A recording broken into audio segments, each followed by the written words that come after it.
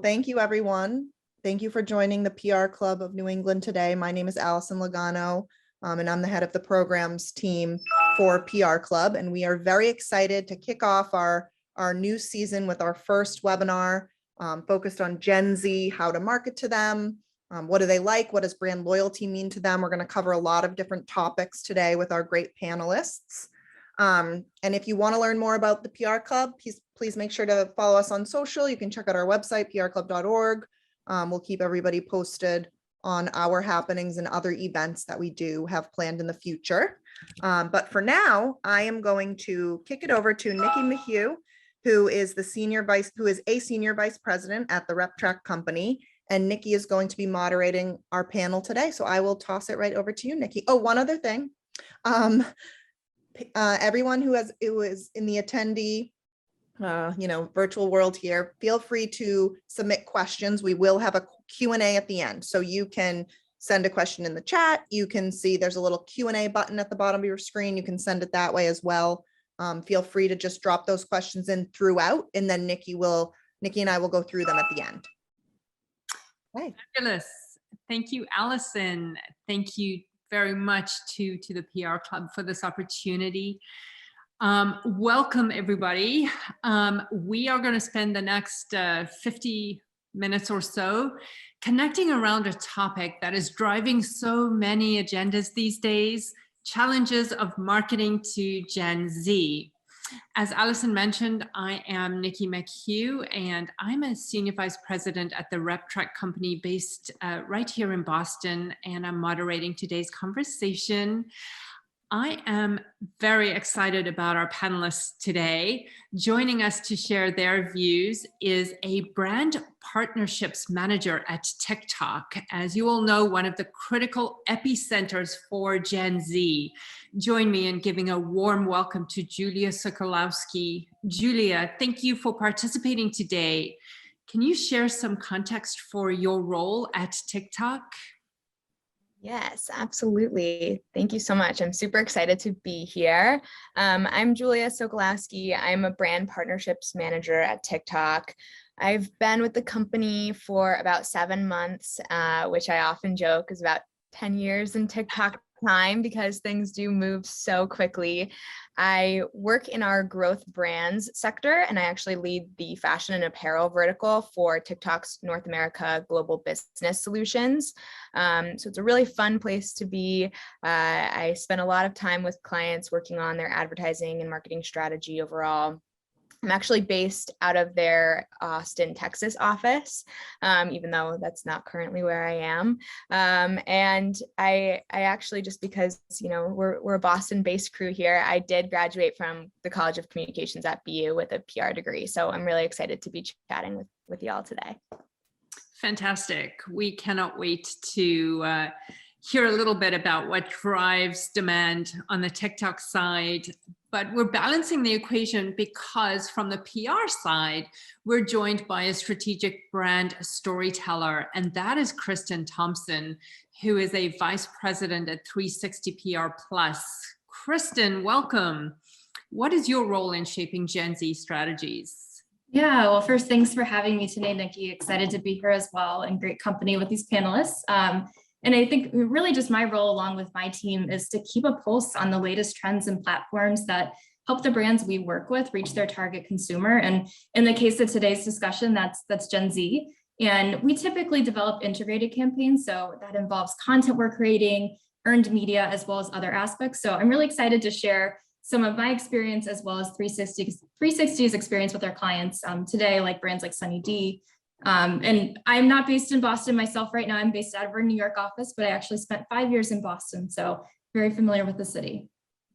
Fantastic. Thank you. And we couldn't possibly have a panel talking about connecting with Gen Z without having a representative from that generation with us. And so rounding out our panel with a Gen Z point of view is Jali Griesbach. Jali is a student at Boston University and president of operations at PRLab. Jali, hi there. You have a passion for business strategy, so much so that you've actually got quite a few things going on right now. Yeah, absolutely. Thank you for having me. I'm excited to be here today. As Nikki said, I'm currently serving as president of operations at PRLab, which is Boston University's student-run, award-winning agency. So as I'm kind of halfway through my senior year here already, I'm also interning at BCW in their public affairs and crisis practice. So it's just been a really great experience to get more hands-on work on the client side as well. But yeah, I really love business strategy. And I think now more than ever, it's really interesting to see how brands have to kind of lean into more difficult conversations with their consumers rather than steer away from that. So I'm excited to give a little bit of a Gen Z perspective on that today. Yeah, we're looking forward to hearing your voice as a voice from this critical generation. So a little bit of context for Gen Z. As you may know, Gen Z is now the largest generation in America. Roughly what we're talking about here is people born between 1995 and 2010 or so. And this generation are true digital natives. What I mean by this is they have been exposed essentially from birth to the internet, to social networks, to mobile systems. And this has resulted in a generation that is very comfortable with collecting and integrating many sources of information, and also with merging online, social, virtual, and offline experiences. As such, for many brands, Gen Z preferences and experiences can be somewhat mystifying, and I hope we can demystify some of this today. We are going to be looking at this in two general areas. The first is from a platform perspective, and then we'll do a deeper dive and look at campaigns and tactics and strategies around that. So let's start with the perspective. Kristen, looking at the scope of social digital options that you might explore with your clients, what are some of the platforms that you would consider and why for driving engagement among Gen Z? Yeah, so I think, just to take a step back too, it's really important to, understand Gen Z. And I think that you did a nice job of setting that up too. But at 360, we've been conducting some interesting research around Gen Z over the past several years, which is led by our client strategists and involves members of Gen Z, focused on Gen Z. In our latest report, which we actually released this year, is where we engaged a group of Gen Z students and their Gen Z circles to really dig deeper and really understand what Gen Z wants from brands. And what we found that I thought was really interesting is that Gen Z is one of the loneliest generations, and they seek community in these online platforms, which is why you're seeing platforms like TikTok, Snapchat, Instagram, and YouTube being so popular among the generation. And I think, TikTok, for instance, really lets the user be a creator. And at least to start, brands really didn't dominate the channel. It certainly evolved very quickly, but I think it's still, is a great platform for allowing users, whether it's with a brand or just on their own, to participate in these viral moments like dance challenges and really feel like they're part of community. And I think, Instagram has certainly evolved too, to have features like Reels and IG stories that are more video based, but TikTok still allows more of that interaction that's purely video focused, which we know resonates with Gen Z. So really excited to hear more from Julia in a minute too about TikTok and the platform. But I think just looking beyond those platforms too, if your client is in a different industry, you could consider a platform like Twitch, which has more of a gaming focus or a sports focus, sponsoring, a live stream with an influencer, making your own channel. And we work with Nintendo and Hasbro, and those are platforms that are really important for some of their communities.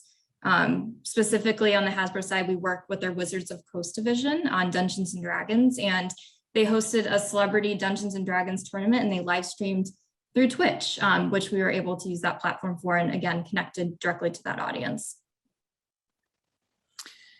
Thank you. Julia, let's take a look at how TikTok helps growth brands connect with audiences.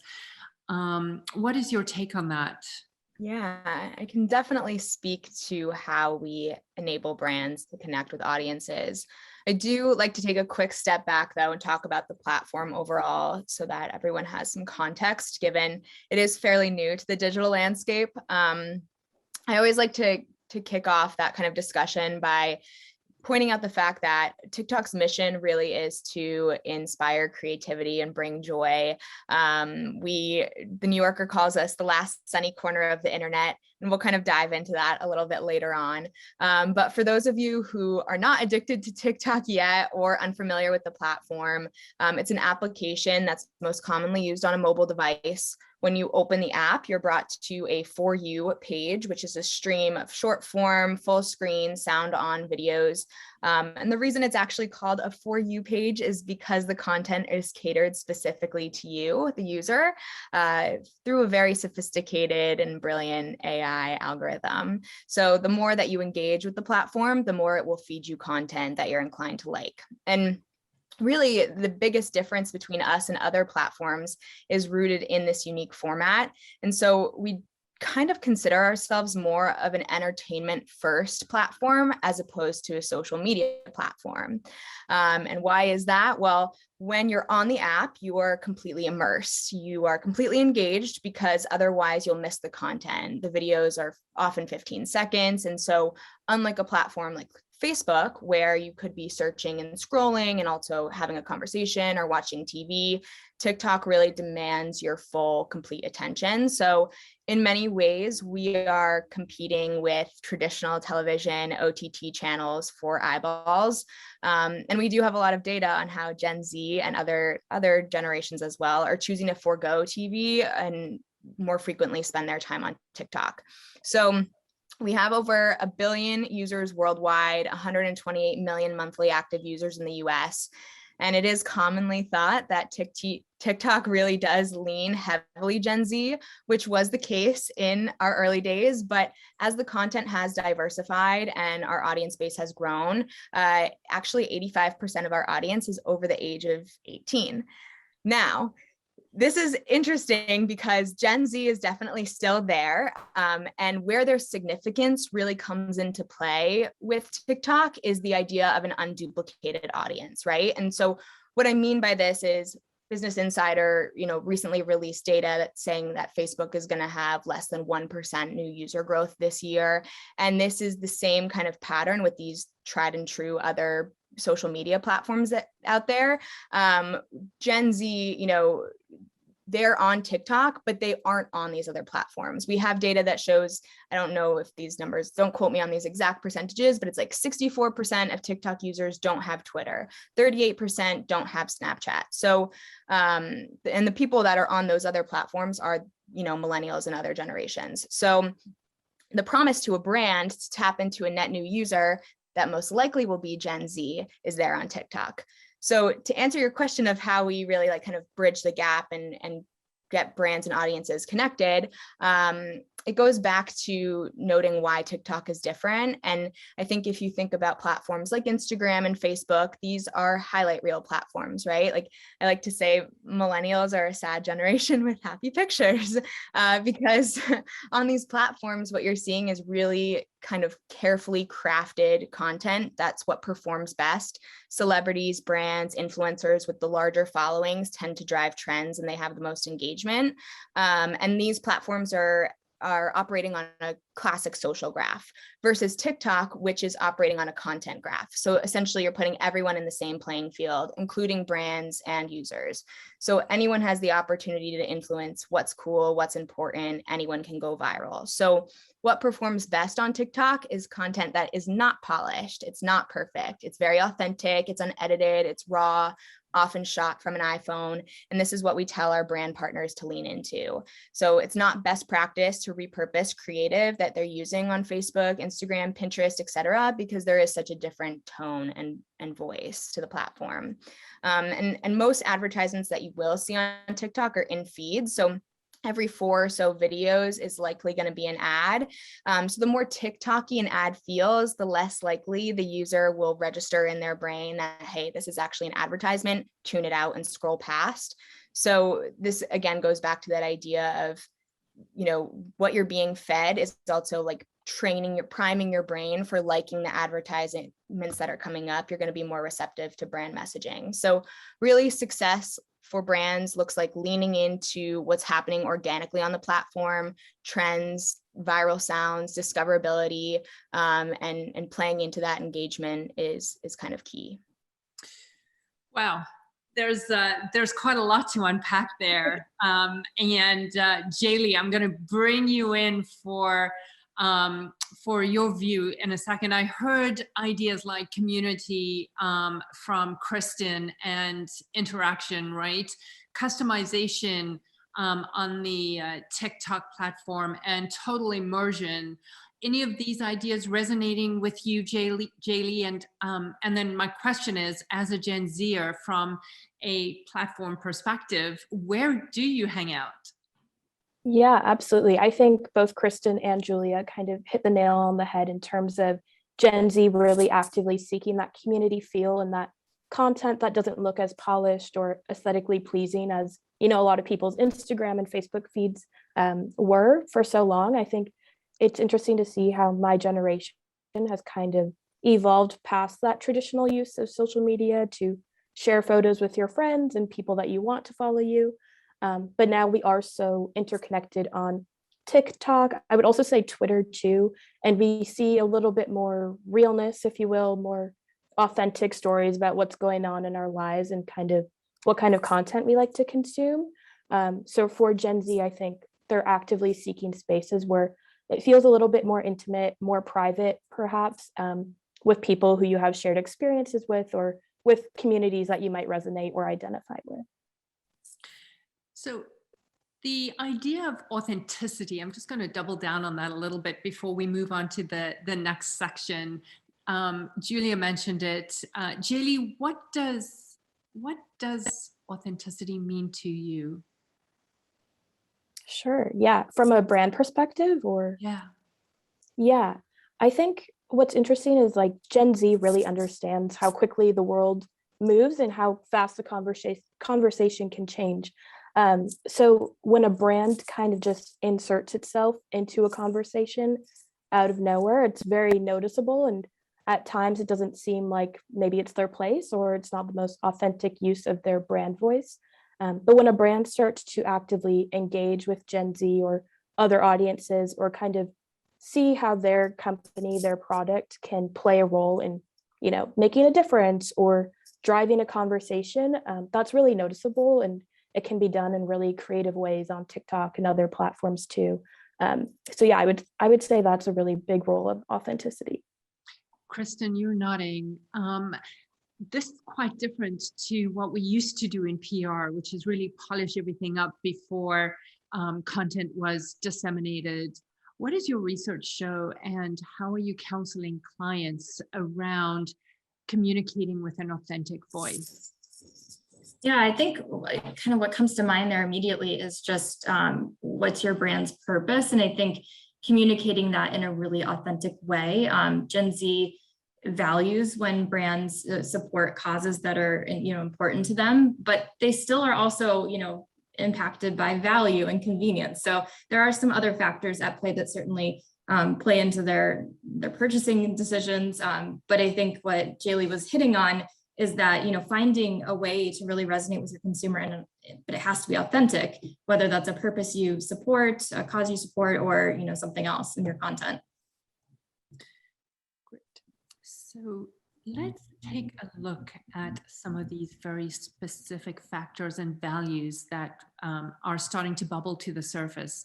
We know that young people have always played a social role in creating and interpreting trends, and Gen Z has a particular influence today in terms of how people consume and relate to brands. And I took a look at some research that McKinsey did, and some of the qualities that they identify are, and you've touched on this, this generation's search for truth, Gen Zers valuing individual expression and avoiding labels. They mobilize themselves for a variety of causes and believe profoundly in the efficacy of dialogue to solve conflict and improve the world. finally, Gen Z are much more idealistic than previous generations. And these types of behaviors are influencing the way Gen Zers view consumption and their relationships with brands. And so let's take a look at how this plays out in terms of campaigns. Julia, getting back to TikTok, are there any recent campaigns that stand out for you as a particular success? Yeah, I mean, there are so many fantastic, successful campaigns. It's definitely hard to narrow down. And we do really have two different types of formats depending on the impact and the objective of a campaign that you can kind of utilize on TikTok. So to give you kind of the scope here, we have our reservation buys, which are kind of guaranteed delivery, guaranteed share of voice. And brands utilize these for kind of tentpole moments or for big brand awareness moments. So these are really like kind of what you see on a discover page. It'll be a hashtag challenge, for example, where there's this call to action by a brand to kind of get some user generated content around, some sort of idea. So a great example of this and a brand that has been super successful on TikTok is Chipotle, a brand that Gen Z definitely leans into because of, again, like their missions and kind of, I guess, take as a company. But, they really kind of were leaning into the conversations that were happening naturally on the platform. They launched a business account and they wanted to kind of establish this organic presence, but then they ran a hashtag challenge called Flip the Lid. And it was inspired by an employee who had this passion for creating the burrito bowls. And what this hashtag challenge did was basically prompt users to go get a Chipotle bowl and actually like shake it up and flip the lid. There was a viral sound that went with it. Again, it was like so basic. The idea here is that it's significant because it's simple, it's relatable, it's achievable. You don't need to look a certain way. You don't really like it. It was very doable for anyone. And it ultimately like garnered, 1.3 million followers to their business profile on TikTok. They had over 20 million likes across their around 100 videos that they had at the time. So it was a perfect example of how they can like really leverage these business accounts to grow in a fun, kind of authentic way and engage with their community. Now, going back to the idea of kind of like this social consciousness as a defining character of Gen Z.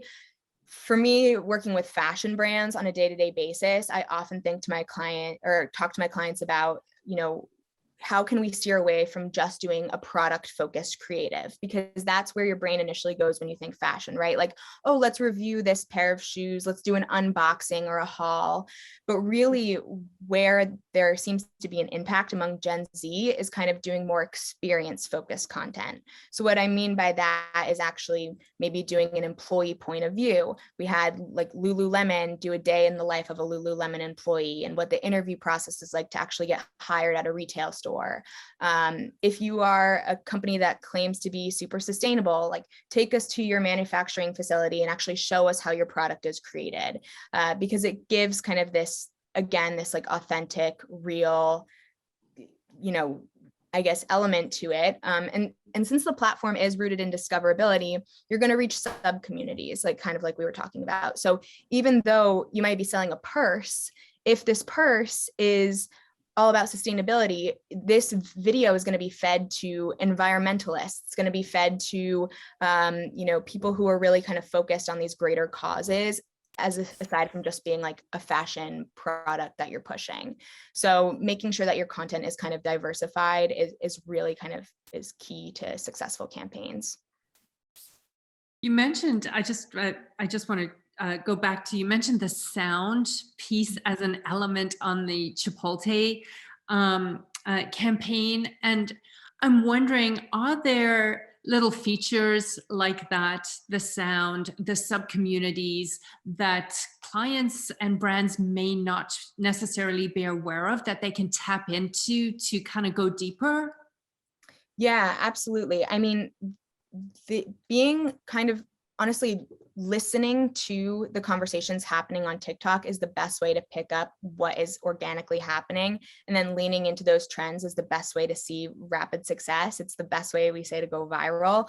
And so sounds that may sound like they have absolutely nothing to do with your brand mission, if you can find a creative way to leverage that noise, that is going to push, you know, your video higher in content feeds. It's going to bring more awareness to it.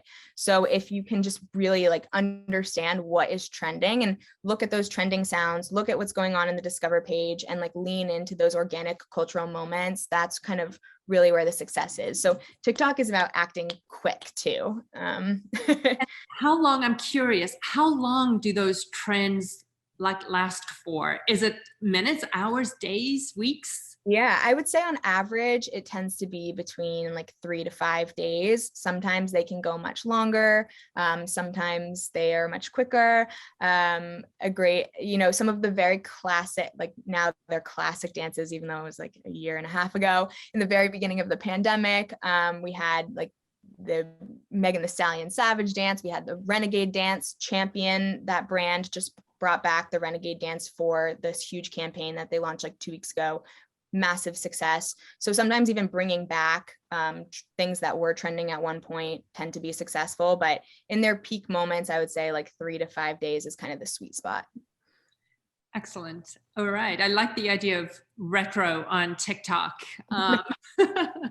Jali, I want to pick up on something that we touched on earlier, which is this idea of authenticity. And I'd like to bridge that to look at loyalty and what Gen Z values. So my question for you is, what do Gen Zers look for in brands that they value? Yeah, absolutely. I think, like Julia just mentioned, the Chipotle campaign, for instance, that was something where Gen Zers were able to see a more humanized approach to the brand and kind of see the people behind it. I think that's something that people are actively looking for, you know, purpose, people, the things behind the brand besides the product are what can really drive conversation with your Gen Z audience. And it's something that can help them stick around a little bit longer than just one short interaction. But yeah, I think prioritizing authenticity and recognizing that, you know, topics, issues, social movements are going to come up. And it's kind of difficult to ignore when a large portion of your audience is actively engaged in that. So just listen to what they're saying and see how you can pick up on that in the most viable way, I guess. So I'm curious, with the fast pace of the platform and these trends and the deep-seated drive for authenticity, does loyalty exist? And what does loyalty look like or mean for Gen Z? Yeah, I think loyalty does exist. I think, like you said, in the fast-paced environment, it's easy if a brand does something that maybe doesn't resonate with Gen Z for them to very quickly look towards someone else that's doing it better, or that has, you know, outspokenly said, we're going to do it differently than X, Y, or Z brand. I think loyalty for Gen Z doesn't maybe look like, you know, I follow this account on social media and actively engage with them in that way, but a lot of it can be word of mouth. A lot of it can be, you know, buying products from them. But yeah, I think loyalty is kind of shifting away from the traditional consumer aspect of it and more of how do you talk about that brand in a conversation, whether it be in a positive or negative light. So that goes back to what Kristen and Julia were talking about earlier in terms of the dynamics of the platform around community and interaction. You're connecting those ideas to loyalty as well. So Right. Really interesting. Kristen, let's bring you back into the conversation because you really are on the front lines of activating campaigns here. Are you able to share an example of a recent campaign? And I'm curious too, how do you measure success? Yeah, so I'm actually going to talk about a campaign that we did for a client on TikTok. It had, you know, multiple layers to it, but, you know, really TikTok was the core, you know, platform that we executed on. So Julia, interesting to hear you talk about it and then be able to share this example too. But just in terms of the specific example, I work on Sunny D, and I'm sure a lot of you are familiar with the brand. Some of us grew up drinking it in the 90s, and today Sunny D's target consumer is Gen Z. And so we had the opportunity to launch new limited edition lemonade flavors this past summer. And what we needed to do is we needed a way for the brand to have a boldly original moment and get tweens and teens excited. And so what we found is we did some research first, and we found from third-party research that canceled summer plans were a really uniting factor among Gen Z in 2020. We couldn't go to the beach with friends. They couldn't go to the movie theaters. So really, kind of rallying around that core common factor that, they weren't able to have those experiences. And then just in terms of additional insights that we uncovered, we found through our social listening tools that music fueled excitement among Gen Z. And this was a conversation that they were having on social platforms. So with that in mind, what we decided to do is to turn lemons into lemonade and really get Gen Z excited to have their sweetest summer yet going into 2021. And TikTok provided us with the perfect platform to do that. So we actually launched Sunny D's Sweetest Summer Yet hashtag challenge, which was a beta in-feed hashtag challenge. And it was hosted by a teen musician and TikTok star named Johnny Orlando. And he has over 9 million followers on TikTok, so we're able to tap into his loyal fan base. And we worked with Johnny to create video content that encouraged fans to get creative and share how they were going to make this their sweetest summer yet, for the chance to win a private virtual concert with him and up to 50 of their friends during the sunniest season of the year. So we really worked to make sure that this was a tailored experience. We got Gen Z excited to create their own user-generated content. We tapped into our roster for Sunny D of ongoing influencers to help us create content that served as inspiration for entries, as well as secured a social content partnership with a teen targeted media outlet to provide additional buzz behind the challenge. We also did A-list influencer seeding to get product into the hands of influencers that Gen Z follow. And then in terms of how we measure success, the campaign was really successful. We had engagement rates on Johnny's content that exceeded industry benchmarks, especially on click-through as well, and drove the creation of over 900 videos as part of the challenge. I think for us, just a fan moment that we had too was, some people will be familiar with Noah Beck. He is a celeb influencer, and he actually shared on his Instagram channel about the new flavors that we sent him, and he has over 7 million followers. So we were excited to see that we were reaching some of those celeb influencers as well outside of the campaign. Wow, amazing. Great amplification there. Thank you. Speaking of amplification, I see that the PR Club and Allison have just posted in our chat function. If the audience have questions for our panelists, do submit those using the Q&A button, and I will be sure to pass those along. In the meantime, let's do a round robin, sort of our last round here, which is basically, I have 3 questions, and I'm gonna ask the same question of each of our panelists. So the first question is, what is your advice for companies that want to find Gen Z audiences? And Jali, we'll start with you. Yeah, I think my best piece of advice would be, don't be afraid to enter the new digital spaces. That may seem a little bit scary at first if you don't know, how the best way to engage with an audience there or what the rules of the road are there. I think the best thing to do is to just enter the space, try something out, and you'll probably hear directly from Gen Z whether or not it resonates with them. So yeah, talk to us directly and have a conversation with us about it in those spaces. Be brave. Be direct. Thank you. Kristen, how can brands find Gen Z audiences? Yeah, I would say first off, it's important to not just look at Gen Z as a lump sum, but to think of the generation and think about the specific segment that you want to target. How you market to someone who's on the older side of Gen Z and in college is going to be very different than how you're going to market to a teen still living at home. So making sure, beyond that too, to do your homework, and research really is critical with that. We do a lot of research at 360 and invest in tools like MRI and Mintel.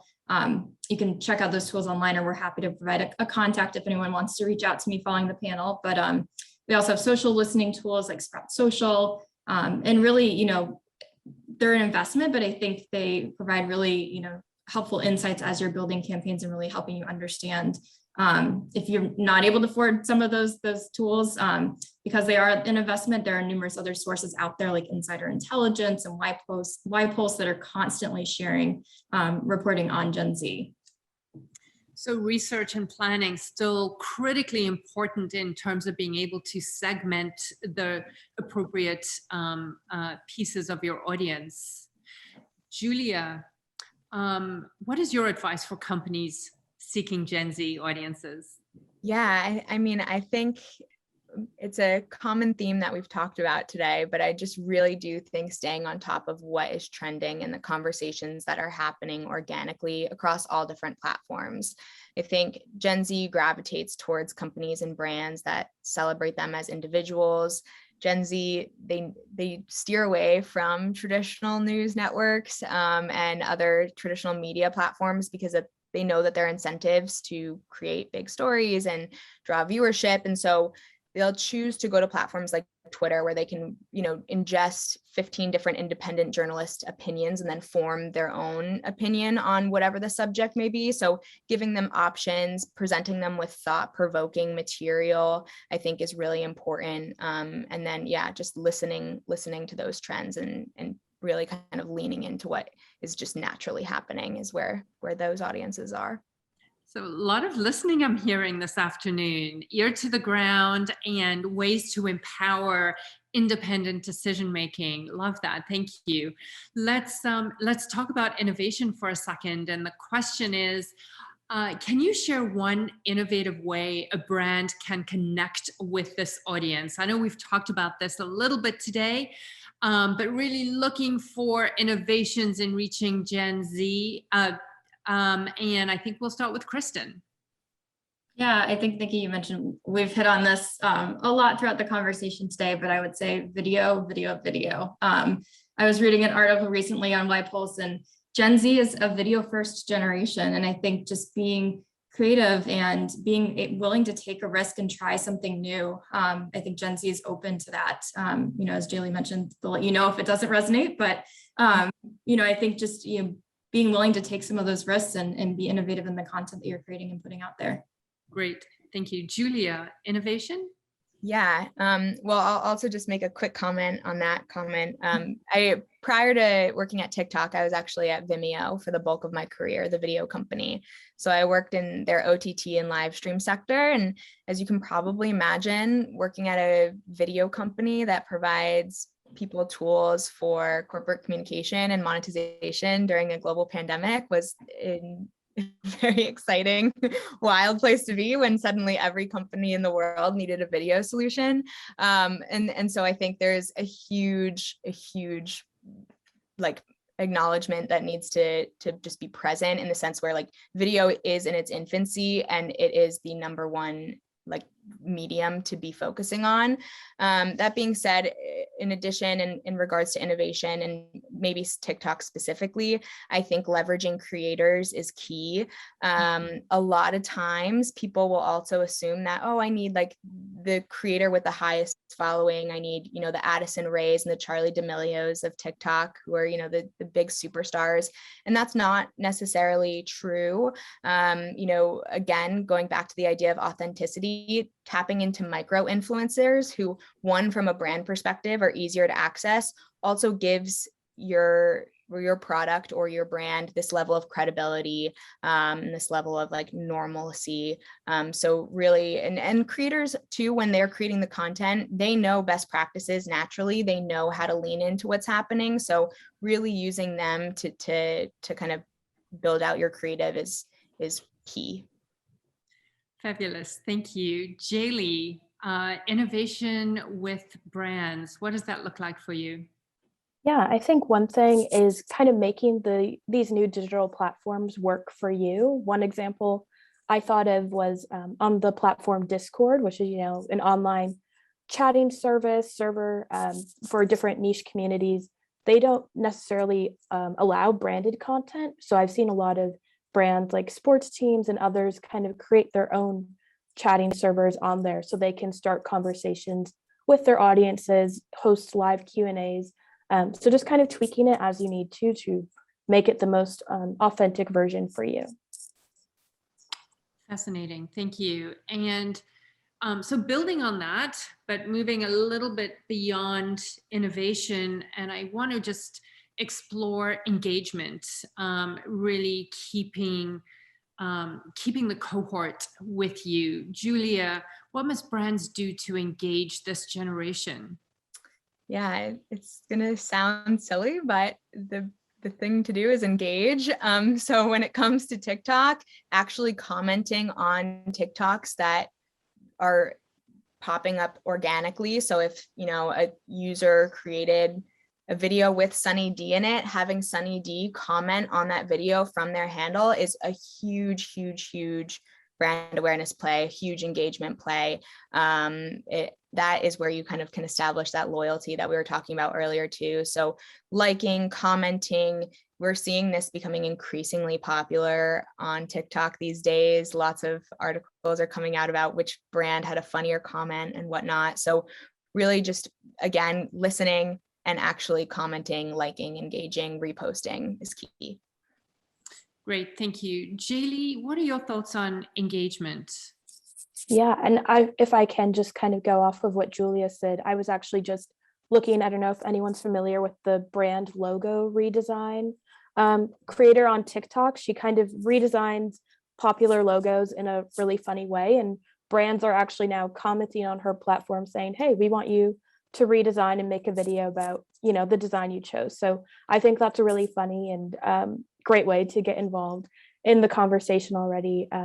But I think a really great way to engage is to just be relatable with Gen Z at this point, understand what their struggles are, what their interests are, and just try your best to be relatable and understand that even though trends are moving fast, we do want you to get involved because it does create, you know, a good sense of community online as well. Thank you. And Kristen, what advice do you have for clients around engaging? I just know that, Gen Z is one of the most diverse generations, and they expect more and better representation in the media that they're turning to and the content they consume. So for brands, that means if you're doing an influencer program, that you should be working with a diverse group of influencers. And then also on own channels, for branded content, you should be reflecting this diverse generation and their families. Thank you for mentioning that. I think that is something that we haven't touched on that much today, and I think it's critically important. We sort of skirted the issue around some of the sub-communities and so on. Mm-hmm. Any other thoughts as we wrap this up from our panel? And Allison, any questions from our attendees? I don't see any. We did have a couple come in. Yes. So the first question is, you all were talking about the importance of following the trends, whether that's on social, whether that's in the media, to kind of keep up with this generation. Are there any tools that you recommend to kind of stay out in front of those trends, or just any, maybe in your experience, ways that you've kind of tried to stay ahead of them? Because I know that some people feel, everything moves so quickly that it's almost easy to miss the trend. So is there any strategies that that anyone can share to kind of keep up and maybe stay ahead of those trends? I can answer a little bit about this. I mean, aside from just paying attention and just constantly like monitoring the platforms, I think, again, it's really about leaning into the creators, because they are the ones that are, the average TikTok user spends 119 minutes a day on the platform, which is insane, but they're going to know exactly what's happening and what is picking up. So if you are trying to launch a campaign and you need an idea and you are willing to leverage those creators, they'll be able to like whip out content really fast and have it, match exactly what's happening. I think they're really kind of the secret sauce.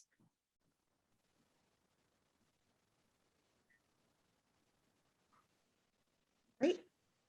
One other question we have here, and we might want to start with Jali for this one. Are there examples beyond the ones we've discussed so far of brands who, I guess, Jali, from your perspective as a Gen Zer, that you really love and think are doing it right? And same to Julia, Kristen, and Nicky, just any brands you admire that are good examples of companies that are marketing to Gen Z in a authentic, meaningful way. Yeah, I think, I guess two that come to mind. One, a big one, I'm sure, it takes up a lot of the media conversation these days is Nike, but I think for a lot of Gen Z, when you hear Nike, you don't even think about the shoes or the apparel that you want to buy, but you think about what that company stands for and kind of what kind of conversation they're driving. So I think Nike has really solidified their purpose and how they want to continue carrying on as a brand. Another kind of fun one that I didn't really see coming throughout the past year, but the Washington Post has really taken TikTok and just like kind of run with it. It's such a traditional news source, but the way that they're able to really maximize on trends and share really important stories with the younger audience on there has been really cool to see as well. Yeah, I can just chime in there too. I think Vans is an example of a brand that really resonated with Gen Z that we found from our research in a really authentic way. Their campaign that they did around Pride Month, Together as Ourselves, where they teamed up with LGBTQ creators and they made donation to organizations, seemed to really resonate in an authentic way, and it extended beyond just Pride Month as well, and really, made an impact on Gen Z. I think I love seeing kind of brands that had very, very distinct branding previously kind of have this rebirth on platforms like TikTok. One of my clients is Pandora Jewelry, and they recently just launched a Pandora and Me campaign, which was extremely successful. And they really, like, the mission was like, let's get people out of this mindset that we are a charm bracelet company, right? Like, how do we move forward from there? So I think when these brands kind of want to just like reposition themselves and use TikTok there, I think that is amazing. We're seeing it with companies like PacSun, they're having major success right now on the platform. Even Hot Topic, just kind of engaging this new generation and really kind of putting all their money in platforms like TikTok, where they can kind of do this different, diverse messaging.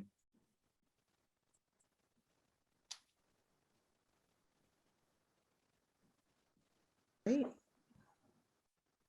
I think Right. those are the two questions I had. I'm not sure if there's still time if you want to quickly drop it in, but I think we can probably start to wrap up, Nikki. Great. Well, thank you. Clearly, as we've seen this afternoon, companies do need to be aware of the implications for this generation, viewing consumption as access rather than possession. We heard a lot about community and interaction as well, expression of individual identity and purpose, of course. And these are just some of the ways that this generation is transforming the consumer landscape. Thank you, our audience, for joining us today. And thank you so much to our panel, Jali, Julia, and Kristen, and of course, Allison and the PR Club. Thank you and take care.